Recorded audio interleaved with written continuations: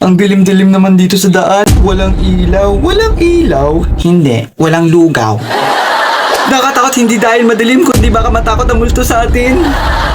Nakakaya naman, ang laki-laki na natin pero takot pa rin tayo sa dilim kasi it's dark, not light.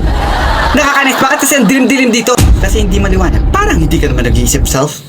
Talaga ba, self? Iyo, nakakadiri, ang dilim-dilim na nga dito tapos ang dumi-dumi pa.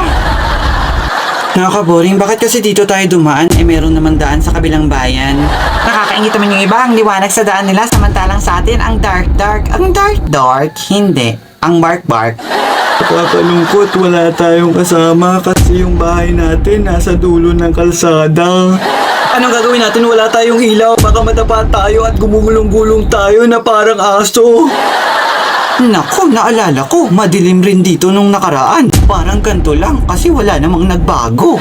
Guys, huwag kayong ganyan, makakauwi rin tayo. Hindi ko lang alam kung paano.